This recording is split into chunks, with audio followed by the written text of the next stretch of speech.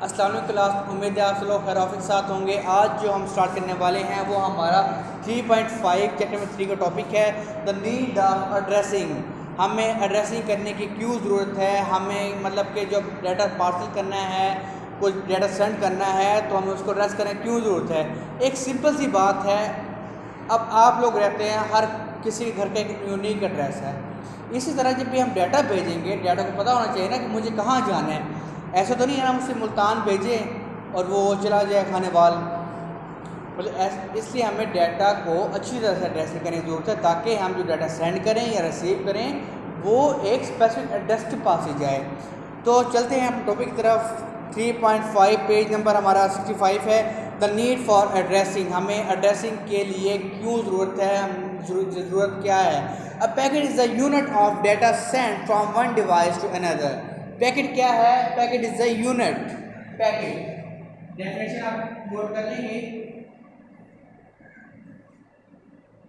It is a unit. ये unit किस लिए है? यूनिट ऑफ डाटा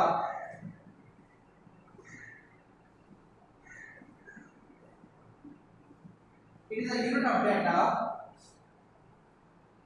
ये डाटा की यूनिट है send from one device to another.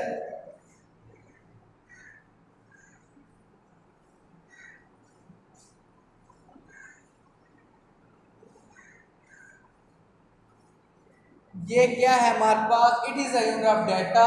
ये डाटा का एक यूनिट है जो कि send from one device to another. It is a unit of data. एक डाटा छोटा सा यूनिट है, छोटा सा डाटा है जो कि एक डिवाइस से दूसरी डिवाइस पे ट्रांसफर होता है।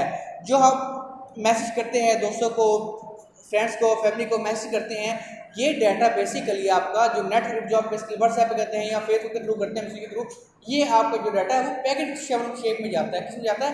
पैकेट्स के शेप में डाटा ट्रांसफर हो रहा होता है हमारे पास। It requires a destination address just like we write address on the envelope while sending a letter. जब अपने डाटा को सेंड करना है तो इसके लिए क्या चाहिए? इसके लिए आपका वो जो डेस्टिनेशन एड्रेस जहाँ पर उसको भेजना है वो एड्रेस लिखना लाजमी है। जैसे कि आप किसी को लेटर लिखते हैं वहाँ पर उसका रिसीविंग एड्रेस लिखते हैं, इसी तरह इस पर डेस्टिनेशन एड्रेस भी, रिसीविंग का डाटा एड्रेस भी लिखना लाजमी होता है। An application running on the receipt side accept packets assemble them to show a meaningful information. Application running, जो आप जब भी ईमेल करते हैं, ईमेल क्या एप्लीकेशन है, जब भी आप डाटा उस पर सेंड करते हैं तो क्या करेगी? पैकेट्स को असेंबल कर देगी। जितने पैकेट्स आएंगे तमाम पैकेट को असेंबल करके एक मीनिंगफुल इन्फॉर्मेशन बना देगी। There are more than one application ready to accept a packet. एक कंप्यूटर में वो एक से एक ज़्यादा एप्लीकेशन हमारे पास होती हैं जो कि पैकेट्स को एक्सेप्ट करती हैं, उसको असेंबल करने की जरूरत रखती हैं। Then a number called port number. If there are more than one application, अगर हमारे पास एक या एक से ज़्यादा एप्लीकेशन हो जो कि पैकेट एक्सेप्ट करें तो क्या कहलाएंगे? तो वो नंबर क्या कहलाएंगे? Number is called port number. Distinguish the target application from the other application. क्या करते हैं? डिफरेंट डिफरेंसेस क्रिएट करते हैं। इसके दरमियान डिफरेंसेस क्रिएट करेंगे हमारे पास टारगेट से target application and other application. क्या करते हैं जी? डिफरेंस क्रिएट करते हैं टारगेट एप्लीकेशन और दूसरे एप्लीकेशन के दरमियान। ठीक हो गया हमारे पास ये। और उसके बाद so proper addressing is required for reliable data. हमारे पास रिक्वायर्ड प्रॉपर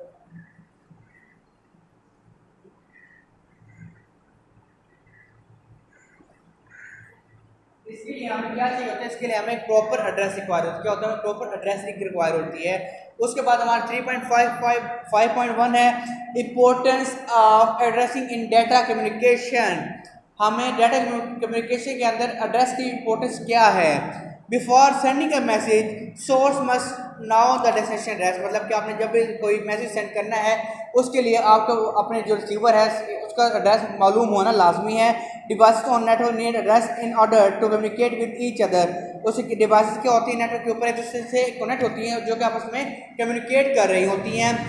उसके बाद हमें कहता है जी so giving an address to a message in the first step and second step is to transmit the packet to it intended receipt. पर पहला क्या है, पहला स्टेप ये होता है कि हम जो हमारा मैसेज होता है उसको हम एड्रेस लेके सेंड करते हैं, एड्रेस लेके सेंड करते हैं, पानी कह रहा हूँ, इसको एड्रेस लेके सेंड करते हैं। जब उसको एड्रेस आ जाता है तो एड्रेस आने के बाद आप दोस्त को ट्रांसमिट कर देते हैं डाटा को, जो आपका डाटा ट्रांसमिट हो रहा होता है, कहाँ ट्रांसमिट हो रहा होता है। उसके मैपिंग बिटवीन 3.5.2 हमारा जो अगला है mapping between telephone addressing and network addressing. Mapping between telephone addressing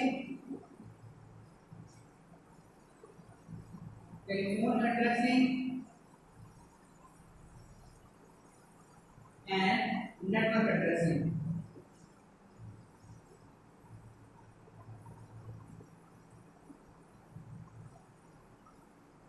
telephone addressing और नेटवर्क एड्रेसिंग के दरमियान मैपिंग में क्या डिफरेंस है, हम वो करते हैं। मतलब मैपिंग टेलीफोन नेटवर्क कैसे होती है। Suppose you want to make a phone call to a friend, मिसाल के तौर पर आप दोस्त को फ़ोन कॉल मिलाना चाह रहे हैं, उससे पहले आप क्या चाहिए होता है, उससे पहले आपको उसका टेलीफोन नंबर का एग्जैक्ट एड्रेस पता होता है। एग्जैक्ट एड्रेस जो होता है उसमें क्या होता है जी, डेट है टेलीफोन नंबर, वो उसका टेलीफोन नंबर होता है of your friend on the internet. Telephone number correspond to an IP internet protocol. अच्छा, इसका डेफिनेशन ऐसे है,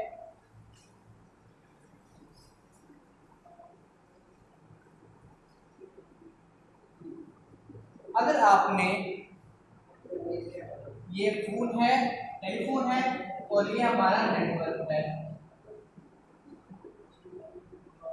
जो टेलीफोन होता है ना उसमें आपका जो एड्रेस होता है वो आपका क्या होता है, टेलीफोन नंबर।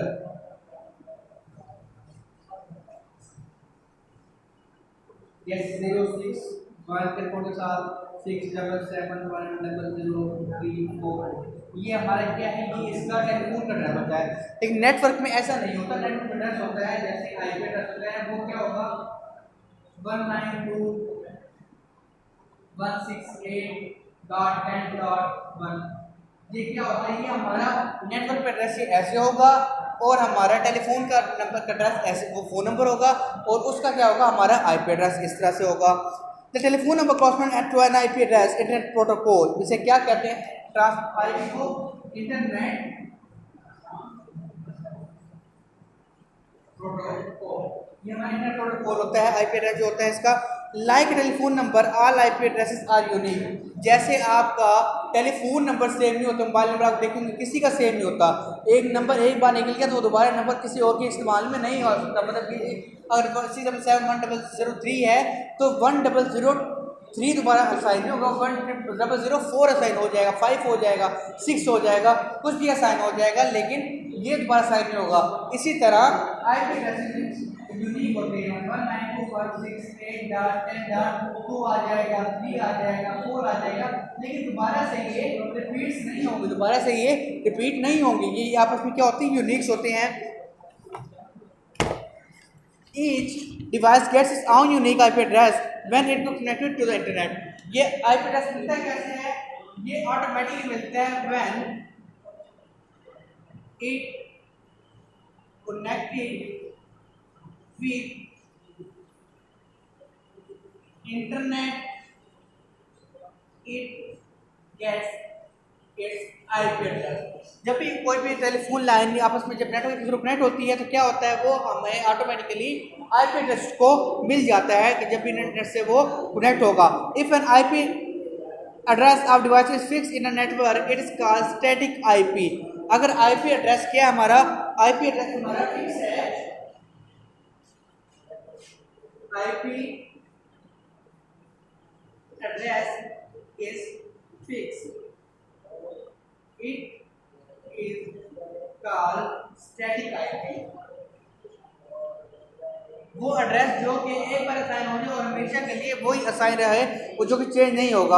आपने अक्सर पीडसेल, लोग घर में वाईफाई यूज़ करते होंगे पीडसेल का, अब उसका जो डिवाइस का एड्रेस है 192.168.10.1 है, जो कि एक स्टैटिक एड्रेस है जो कि चेंज नहीं होता टाइम टू टाइम। जो एड्रेस एक बार उसको डिवाइस को मिला हुआ है वो उसका स्टैटिक एड्रेस है। इसी तरह आपको मोबाइल के ऊपर आप कभी और करें, वहाँ पर एक आईपी एड्रेस होता है और एक मैक एड्रेस होता है, वो भी क्या, वो भी आपके एक स्टैटिक एड्रेस है जो कि एक बार असाइन हो गए, दूसरी बार वो चेंज नहीं होते वो। Otherwise, if each time a new connection made new IP address is assigned, it is called dynamic IP address.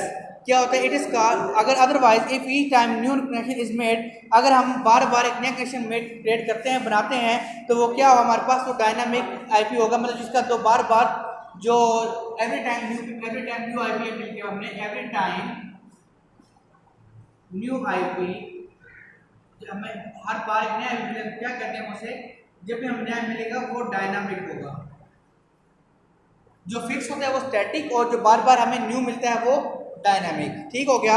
उसके बाद है सेंडिंग 3.6, जो हमारा नया टॉपिक स्टार्ट हो रहा है, सेंडिंग HTTP रिक्वेस्ट।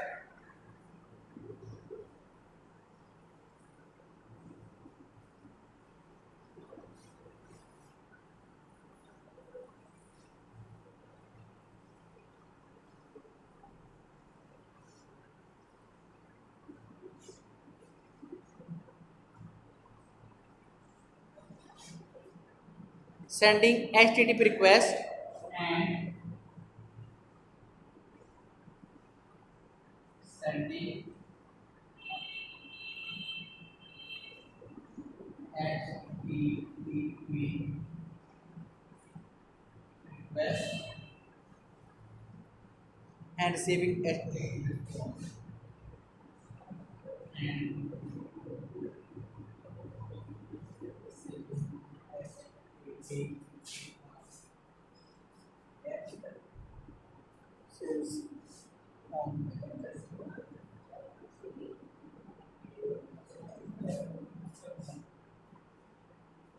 मतलब अब हम जो टॉपिक स्टार्ट करने वाले हैं वो है sending HTTP request and receiving HTTP response over the internet. मतलब कि हमने जो रिक्वेस्ट कैसे सेंड करनी है और हमने जो रिस्पॉन्स है वो कैसे हमने बैक करना है, कैसे हमने गेट करना है, उसको हम डिस्कस करने वाले हैं। पेज नंबर आपका 66 है। The world wide web www. A system of internet service. क्या है world wide web? A system of internet services. www. क्या है? System of internet services. System of internet services क्या है? www. System of internet services है हमारे पास ये। ठीक हो गया। Server serve a request send by client. Server क्या करता है? Server serve a request,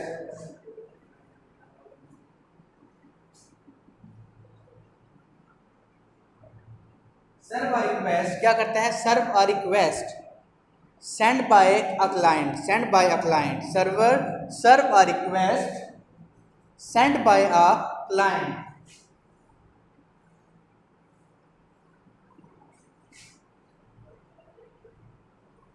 server serve a request send by a client. Server serve a request send by client. ये क्या करता है? सर्वर उस जो रिक्वेस्ट आई है उसको सर्व करता है जो कि हमें क्लाइंट ने भेजी है। So the communication between a server and client is based on request and their respective response। जो होता है वो इन दोनों के बीच में कम्युनिकेशंस होती है। फॉर एग्जाम्पल ये आपका कंप्यूटर है, यूज़र है, इसे आप क्लाइंट भी कह सकते हैं।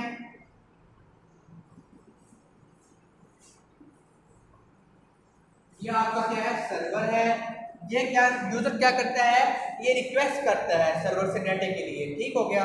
क्लाइंट रिक्वेस्ट करता है सर्वर से, सर्वर क्या करता है? उसको सर्व करता है और वापस उसको क्या भेज देता है? रिस्पॉन्स भेज देता है। क्या भेज देता है? रिस्पॉन्स। क्लाइंट एक सर्वर से रिक्वेस्ट करेगा और सर्वर देखेगा मेरे पास आएगी जो रिक्वेस्ट भेजी है मैं इसको फुलफिल कर सकता हूँ या ये डाटा मेरे पास मौजूद है। अगर मौजूद है तो सर्वर उसको क्या कर देगा? रिस्पॉन्स वापस भेज देगा क्लाइंट के पास। इससे हम साथ अगर HTTP रिक्वेस्ट कर लें तो HTTP रिक्वेस्ट और HTTP रिक्वेस्ट, उसने वही बात की कि जो आपस में कम्युनिकेशन होती है वो किस पे बेस कर रही होती है, वो हमारी टोटली की टोटली रिक्वेस्ट और रिस्पॉन्सेज पे बेस कर रही होती है। ठीक हो गया। Using web browser when you type a URL uniform resource locator, URL क्या होता है? Uniform resource locator. Uniform resource locator, uniform resource locator क्या होता है हमारा? जो जैसे कि आप वेबसाइट लिखते हैं www.google.com,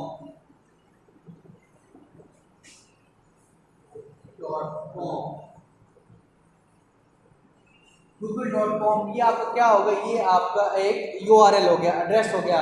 यूनिफॉर्म रिसोर्स लोकेटर मतलब हर वेबसाइट का एक एड्रेस होता है।